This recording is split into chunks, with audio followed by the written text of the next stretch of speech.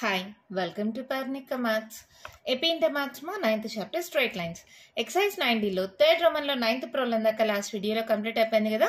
10th problem నుంచి ఈ వీడియోలో చూద్దాం. క్వశ్చన్ చూడండి ఏమి ఇచ్చారు. A person standing at the junction or crossing of two straight paths represented by the equations. రెండు straight paths ఉన్నాయి. వాటి యొక్క జంక్షన్ దగ్గర ఒక పర్సన్ ఉన్నారు. Wants to reach the path whose equation is 6x minus 7y plus 8 equals to 0. ఈ junction నుంచి ఒక straight line 6x minus 7y plus 8 equals to 0కి రీచ్ అవ్వాలి. ఇన్ ద లీస్ట్ టైం, తక్కువ టైంలో. అన్నిటికన్నా తక్కువ డిస్టెన్స్ అంటే ఏంటది? Perpendicular distance. మీకు అది ఆల్రెడీ తెలుసు కదా. చూడండి, తెలియకపోయినా కూడా చూడండి, ఇంకా ఎలా రీచ్ అవ్వాలన్నా డిస్టెన్స్ పెరిగిపోతూ వస్తుంది. అన్నిటికన్నా తక్కువ డిస్టెన్స్ అంటే అది పర్పెండిక్యులర్ డిస్టెన్సే అయింటది. ఓకేనా? Find equation of the path that he should follow. ఇప్పుడు ఈ పర్పెండిక్యులర్ డిస్టెన్స్ అని ఇలా రాసుకున్నాం కదా, ఈ స్ట్రైట్ లైన్. ఈ స్ట్రైట్ లైన్ యొక్క ఈక్వేషన్ కావాలి. ఇప్పుడు పర్సన్ ఇక్కడ ఉన్నారంటే ఈ రెండు స్ట్రైట్ లైన్స్ని సాల్వ్ చేస్తే పాయింట్ ఆఫ్ ఇంటర్సెక్షన్ వస్తుంది కదా, అవునా కాదా? So given lines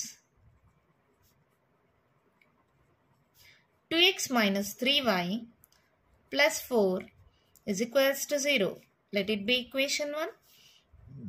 3x plus 4y minus 5 equals to 0. Let it be equation 2. Solving 1 and 2.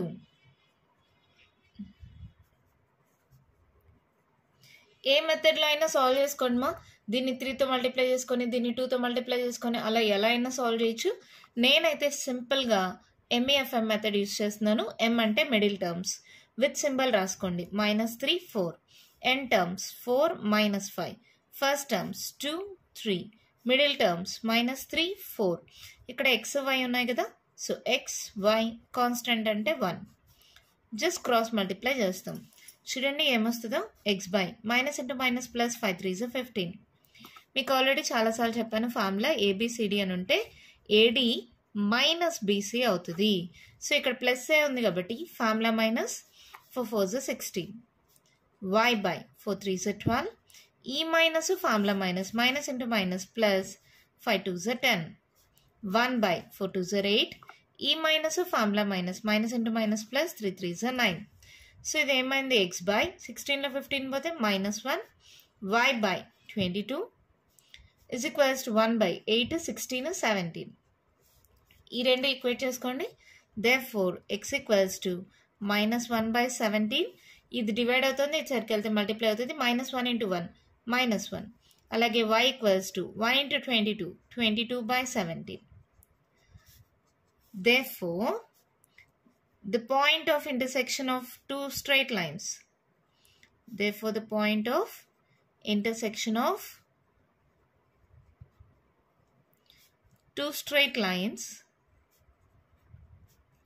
is equals to -1 by 17, 22 by 17. ఇప్పుడు ఈ పాయింట్ వచ్చేసింది.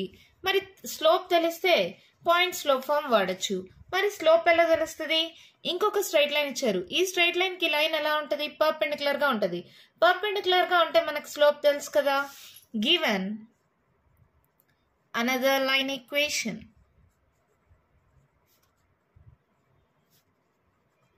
6x minus 7y plus 8 equals to 0. ఈ -7y ఇటు సైడ్కి వెళ్తే +7y అవుతుంది. So 7y equals to 6x plus 8. y equals to ఏమవుతుంది? 7 multiply అవుతుంది, ఇటు సైడ్కి వస్తే డివైడ్ అవుతుంది. 6 by 7 x plus 8 by 7. అంటే ఇది ఏ మోడల్లో ఉంది? y equals to mx plus c. therefore slope m1 equals to 6 by 7. ఇప్పుడు నాకేంటి? Slope of required line.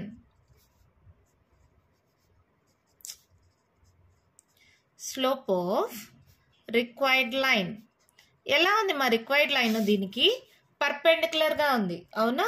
ఈ ఫిగర్స్ అన్ని జస్ట్ రఫ్ ఫిగర్స్ మా.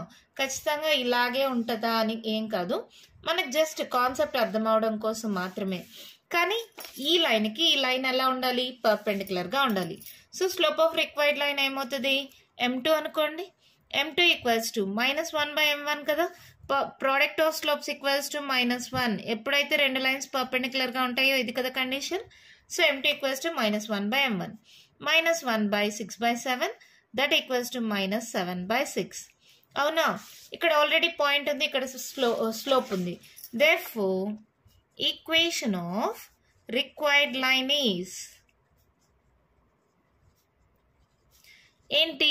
y minus y1 equals to m into x minus x1. ఇది m, ఇక్కడ మనకు వచ్చిందే point, ఇది x1 y1. సబ్స్టిట్యూట్ చేయండి, ఏమవుతుంది? y మైనస్ y1 అంటే 22/17, m అంటే -7/6, x మైనస్ x1 అంటే minus into minus plus 1/17. LCM తీసుకుందామా? ఇక్కడ 17 ఎల్సిఎం. సో 17y మైనస్ 22 -7/6 అలాగే పెట్టుకోండి. లోపల కూడా ఎల్సిఎం 17. So 17x plus 1. అవునా, మల్టిప్లికేషన్లో ఉంది మా. సో 17 క్యాన్సిల్ చేయొచ్చా? నెక్స్ట్ ఇంకేముంది, దీన్ని సాల్వ్ చేసుకోండి. 17y మైనస్ 22 ఇది డివైడ్ అవుతుంది, ఇటు సైడ్కి వెళ్తే మల్టిప్లై అవుతుంది. 6 into -7 into 17x plus 1. Okay కదా, ఇక్కడ దాకా అర్థమైందా? సో ఇంకేముంది, మల్టిప్లై చేయండి మా. 17 6 7 6 42, 6 1 6 7 8 9 10. 102y మైనస్ 22 ఇంటూ 6 మా. 12 12 13 132 మైనస్ 17 7s 17 7s తెలుసు కదండి మేడం, ఎందుకు చేయడం అంటారు? కొందరికి తెలియని వాళ్ళు ఇలా చేసుకోండి అని చెప్తున్నా. ఏమవుతుంది? 119 7 7s 49 7 1 7 8 9 10 11. So 119x minus 7 1s 7 అన్నీ ఒకే సైడ్కి పంపించేసేయండి. 119x 119 మా ప్లస్ 102y మైనస్ 132. ఈ -7 ఇటు సైడ్కి వస్తే +7 equals to 0. So 119x plus 102y minus 12 మా. 12లో 7 మైనస్ చేస్తే 2 3 4 5. So 125 is equals to 0. లేదా కాన్స్టెంట్ ఇటు సైడ్కి పంపించేస్తే 119x plus 102y is equals to 125. This is the equation of the required line. అర్థమైందా? అంతే, ప్రాబ్లం కంప్లీట్ అయిపోయింది. చాలా సింపుల్ మా. రెండు స్ట్రైట్ లైన్స్ యొక్క పాయింట్ ఆఫ్ ఇంటర్సెక్షన్ జంక్షన్ దగ్గర ఒక పర్సన్ ఉన్నారు. ఆ పర్సన్ ఒక స్ట్రైట్ లైన్ని రీచ్ అవ్వాలి. అది కూడా ఎలాగా? అట్లీస్ట్ తక్కువ టైంలో రీచ్ అవ్వాలి. సో పర్పెండిక్యులర్గా తీసుకుంటాం. ఆ పర్పెండిక్యులర్ లైన్ ఈక్వేషనే మనకు కావాలి. ఫస్ట్ ఈ రెండు స్ట్రైట్ లైన్స్ని సాల్వ్ చేయండి. నేను ఇక్కడ MAFM మెథడ్ యూస్ చేశాను. మీరు ఇంకా వేరే మెథడ్స్ యూస్ చేసైనా ఎలా అయినా సరే ఆ రెండు ఈక్వేషన్స్ని సాల్వ్ చేసి XY వాల్యూ కనుక్కోండి. పాయింట్ ఆఫ్ ఇంటర్సెక్షన్ వచ్చేస్తుంది. మనకి ఇచ్చిన లైన్ ఆల్రెడీ ఉంది. ఈ లైన్కి లైన్ పర్పెండిక్యులర్గా ఉంటుంది. సో దీని స్లోప్ కనుక్కుంటే దీని స్లోప్ తెలిసిపోతుంది కదా. రెండు లైన్స్ పర్పెండిక్యులర్గా ఉంటే ప్రోడక్ట్ ఆఫ్ స్లోప్స్ -1 కదా. సో ఇచ్చిన ఈక్వేషన్ని y = mx + c మోడల్లో కన్వర్ట్ చేసుకోండి. స్లోప్ తెలుస్తుంది. దాని నుంచి m2 కూడా తెలిసిపోతుంది. ఆల్రెడీ పాయింట్ తెలుసు. Point slope form y - y1 = m × x - x1. So values అన్ని సబ్స్టిట్యూట్ చేసుకున్నాను, ఎల్సిఎం తీసుకున్నాను, క్రాస్ మల్టిప్లై చేశాను, సాల్వ్ చేస్తే ఆన్సర్ వచ్చేసింది. ఎంత ఈజీగా ఉంది కదా. అర్థమైంది కదా ప్రాబ్లము. మరి నెక్స్ట్ ప్రాబ్లం చూద్దామా. వన్ క్వశ్చన్ చూడండి మా ఇచ్చారు. Show the lines form and right angled isosceles triangle. ఈ ఇచ్చిన lines 3 right angled isosceles triangle form అవుతాయి అని చూపించాలి. రైట్ యాంగిల్డ్ అంటే ఒకటి 90 degrees అని, ఐసోసెలస్ ట్రయాంగిల్ అంటే ఇంకా ఏవైనా రెండు సైడ్స్ ఈక్వల్ అని చూపించాలి. ఐసోసెలస్ అంటే 2 sides ఈక్వల్ మా. ఏవైనా 2 sides ఈక్వల్. అలా ఎలాగైనా ఇది హైపోటెనస్, ఇది పెద్ద సైడ్ ఏంటది, ఈ రెండు సైడ్స్ ఈక్వల్, తర్వాత ఇది 90 degrees అని చూపించాలి. ఇక్కడ మనం గమనిస్తే ఈ రెండు చూడండి. AX ఒక straight line AX + BY + C = 0 ఉంటే దాని పర్పెండిక్యులర్ లైన్ ఎలా ఉంటుంది? BX - AY + K = 0 మోడల్లో ఉంటుంది. అవునా కాదా? ఇక్కడ చూడండి, ఇక్కడ AX + BY మోడల్లో ఉంది, ఇక్కడ BX - AY మోడల్లో ఉంది. ఈ రెండు లైన్స్ పర్పెండిక్యులర్ చూడగానే చెప్పేయచ్చు. కానీ మనం చెప్పచ్చు, కానీ ఇది కాంపిటేటివ్ ఎగ్జామ్ కాదు కదా. మనం ప్రూవ్ చేయాలి. ఎలా ప్రూవ్ చేస్తాం రైట్ యాంగిల్ ఐసోసెలస్ ట్రయాంగిల్ అని? మనకు ఆల్రెడీ ఎక్సైజ్ 9Cలో 3rd Romanలో 5th ప్రాబ్లం ఇలాగే అక్కడ ఐసోసెలస్ ట్రయాంగిల్ అని ప్రూవ్ చేసాం. అక్కడ మనం ఫార్ములా వాడాం, గుర్తుందా మీకు? cos θ = modulus of a1a2 + b1b2 divided by √a1² + b1² into √a2² + b2². ఇలా ప్రతిదానికి రెండు ఈక్వేషన్స్కి సాల్వ్ చేసుకొని ఈ ఫార్ములా యూజ్ చేస్తాం. ఎప్పుడైతే రెండు యాంగిల్స్ కానీ సేమ్ వస్తే then we can say it is a right angled isosceles triangle. ఓకేనా, సాల్వ్ చేద్దామా? గివెన్ ఈక్వేషన్స్ లేదా given lines. x minus 7y minus 22 equals to 0. Let it be equation 1. 3x plus 4y plus 9 equals to 0. Let it be equation 2. 7x plus y minus 54 equals to 0. Let it be equation 3. 3 equations అనుకున్న తర్వాత ABC అనుకుందాం my points ని, vertices ని. Let A be the angle between equation 1 and 2. ఈ రెండు equations తీసుకుందాం. చూడండి, మళ్ళీ ఇక్కడ రాస్తున్నాను. x minus 7y minus 22 equals to 0. ఇది a1x plus b1y plus c1 equals to 0 మోడల్లో ఉందనుకుందాం. ఇంకొకటి 3x plus 4y plus 9 equals to 0. ఇది a2x plus b2y plus c2 equals to 0 మోడల్లో ఉందనుకుందాం. వాల్యూస్ తెలియడం కోసం ఇలా మళ్ళీ రాసుకున్నా అంతే. ఇప్పుడు cos A equals to formula తెలుసు కదా, మీకు కావాలంటే మళ్ళీ ఫార్ములా రాయండి. Modulus of a1 a2 plus b1 b2 divided by root of a1 square plus b1 square into root of a2 square plus b2 square.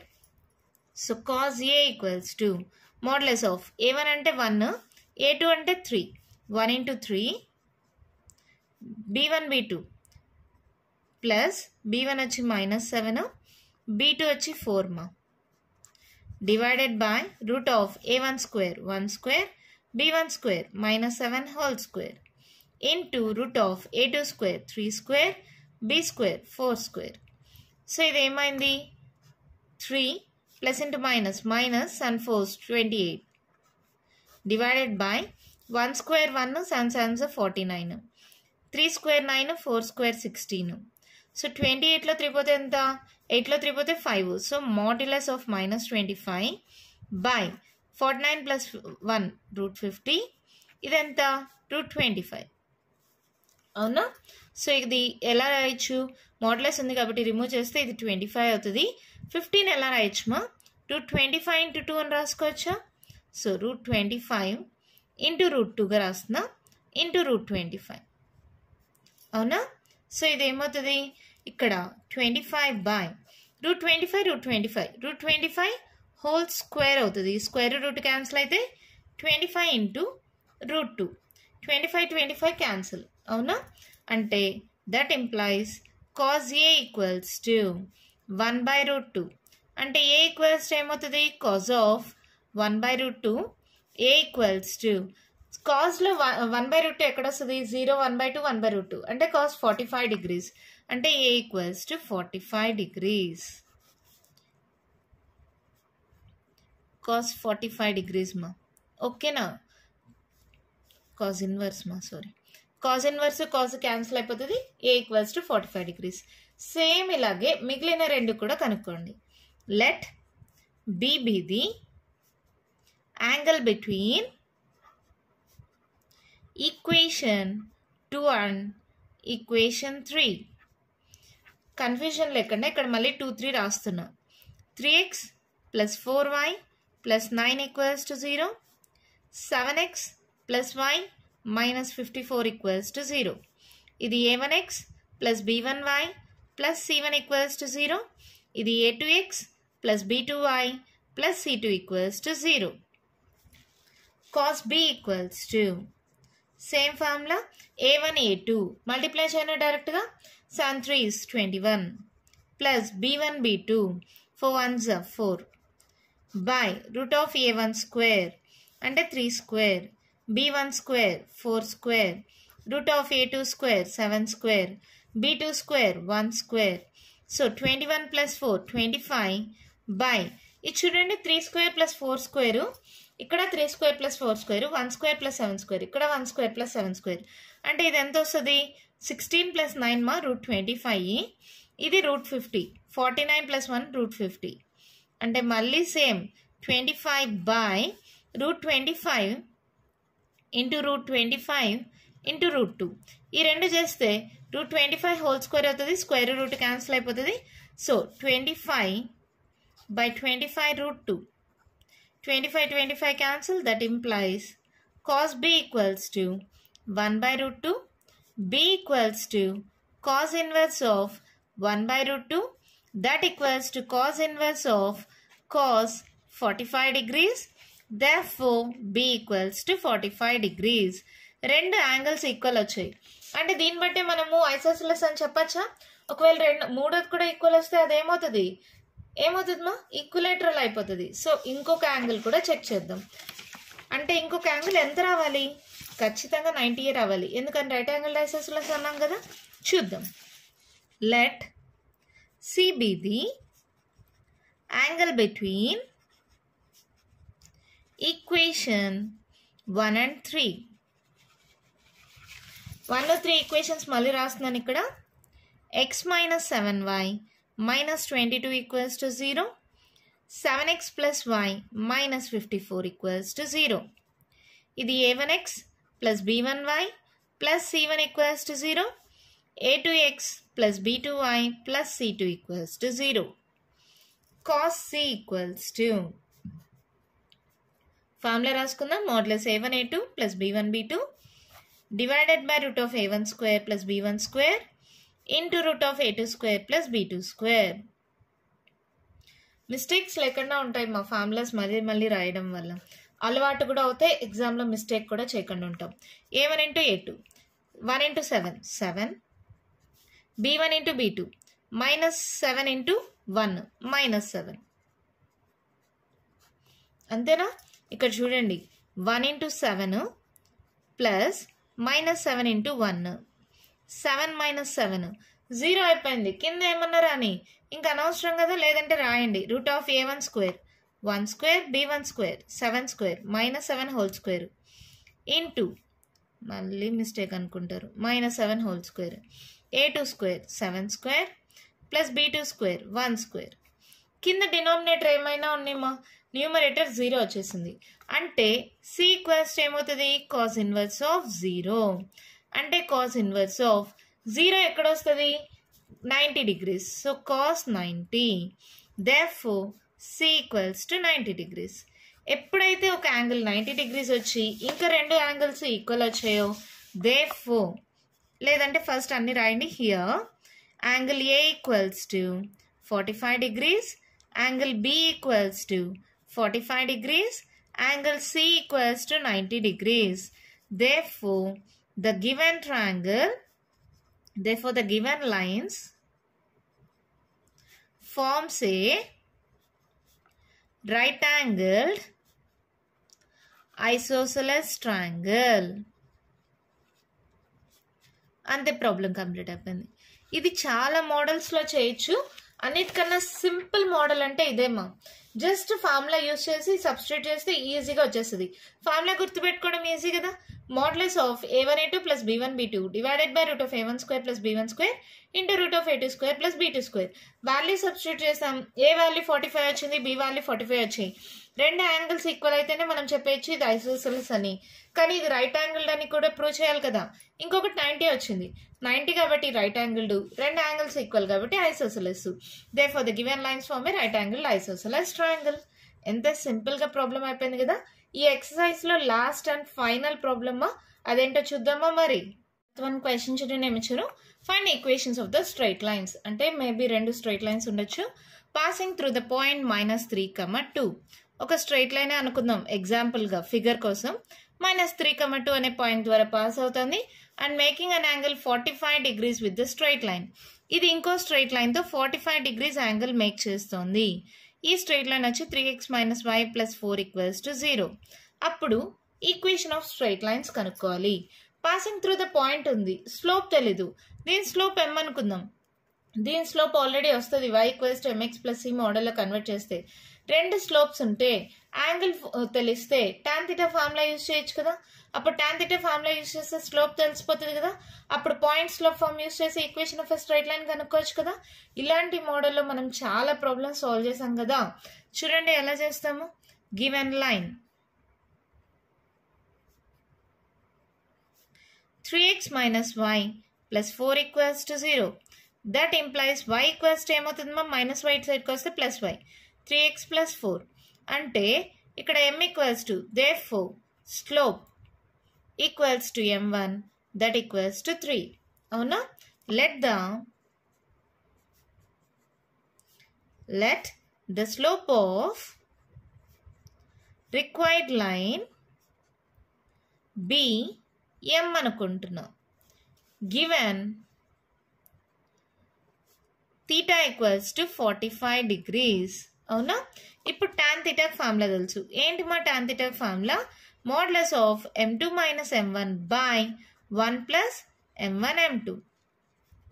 ఇది ఆల్రెడీ m1 అనుకున్నాం, దీన్ని m2 అనుకుందాం. ఓకేనా? సబ్స్టిట్యూట్ చేయండి. ఏమవుతుంది?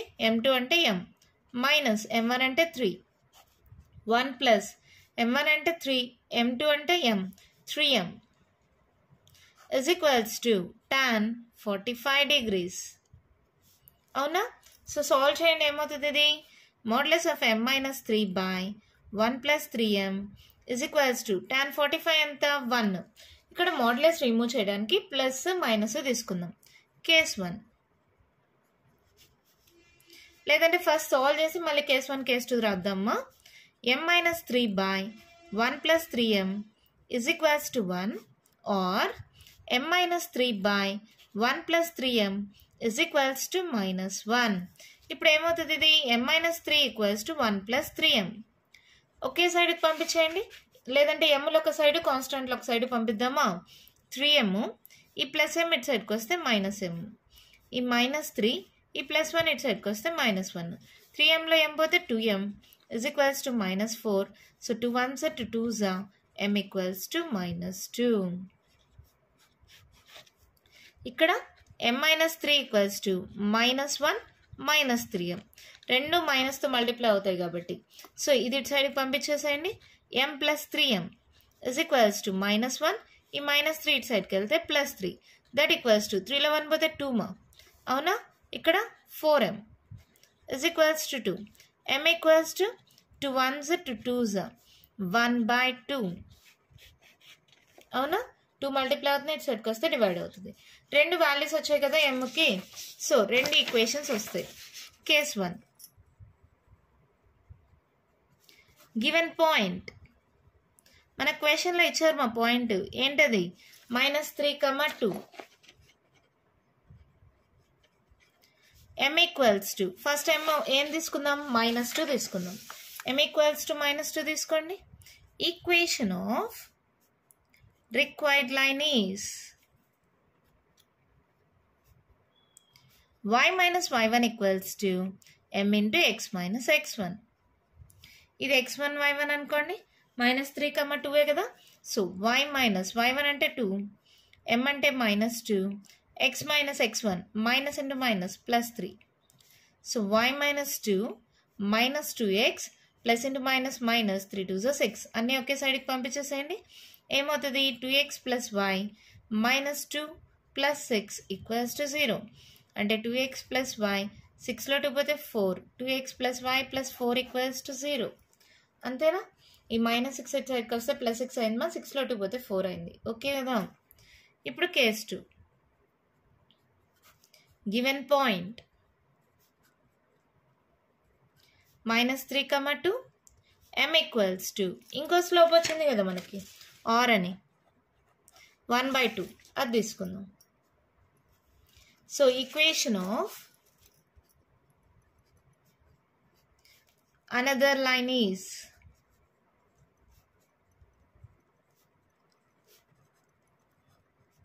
y minus y1 equals to m into x minus x1. ఇది x1 y1 అనుకోండి. y minus y1 అంటే 2, m అంటే 1/2, x minus minus into minus plus 3. So 2 divide అవుతుంది, ఇటు సైడ్కి వెళ్తే మల్టిప్లై అవుతుంది. 2 into y 2y minus 2 2s 4 is equals to x plus 3. So ఇదేమవుతుంది? ఈ రెండు టర్మ్స్ ఇటు సైడ్కి పంపించేసేయండి. x ప్లస్ 3 ఈ ప్లస్ 2y ఇటు సైడ్కి వస్తే మైనస్ 2y మైనస్ 4 ఇటు సైడ్కి వస్తే ప్లస్ 4 ఈక్వల్స్ టు 0. అంటే x minus 2y plus 4 5 6 7 equals to 0. Therefore equation of required straight lines are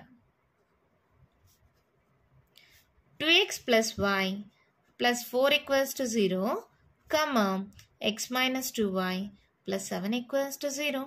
అంతే, ప్రాబ్లం కంప్లీట్ అయిపోయింది. చాలా సింపుల్గా ఉంటుంది మా ఈ ప్రాబ్లము. ఎందుకంటే ఈ మోడల్లో మనం ఆల్రెడీ చాలా ప్రాబ్లమ్స్ సాల్వ్ చేసాం. సో మీకు ఆల్రెడీ ఎక్స్పీరియన్స్ కాబట్టి ఫాస్ట్గా చేయగలరు. ఏంటి, ఒక స్ట్రైట్ లైన్ ఉంది, ఆ స్ట్రైట్ లైన్ పైన ఒక పాయింట్ ఇచ్చేసారు, అది ఇంకో స్ట్రైట్ లైన్తో 45 degrees యాంగిల్ మేక్ చేస్తుంది. ఎప్పుడైతే యాంగిల్ ఇచ్చారో దీని స్లోప్ m అనుకోండి. దీని స్లోప్ ఆల్రెడీ తెలిసిపోతుంది, y equals to mx plus ఈ మోడల్లో రాసుకుంటే. దీనిది m1 ఈక్వల్స్ టు 3 వచ్చిందా, m2 m అనుకున్నామా. tan theta ఫార్ములా ఏంటి, modulus of m2 minus m1 by 1 plus m1 m2. So substitute చేస్తే ఇది మాడ్యులస్ రిమూవ్ చేయడానికి ఒకసారి ప్లస్ ఒకసారి మైనస్ తీసుకోండి, mకు 2 వాల్యూస్ వస్తాయి. ఇచ్చిన పాయింట్ ఆల్రెడీ ఉంది -3,2. ఒకసారి -2 తీసుకోండి, ఇంకోసారి 1/2 తీసుకోండి. ఈక్వేషన్ ఆఫ్ లైన్ కి formula point slope form, y minus y1 equals to m into x minus x1. Substitute చేస్తే సేమ్ మోడల్లో 2 స్లోప్స్ తీసుకుంటే 2 కేసెస్లో 2 ఈక్వేషన్స్ వచ్చేస్తాయి. ఎంత ఈజీగా ఉంది కదా ప్రాబ్లము. ఎందుకంటే ఈ మోడల్లో చాలా చేసాం కాబట్టి మీకు ఈజీగా అనిపిస్తుంది. ఓకేనా, దీంతో ఎక్సర్సైజ్ 9D కూడా కంప్లీట్ అయిపోయిందమ్మా.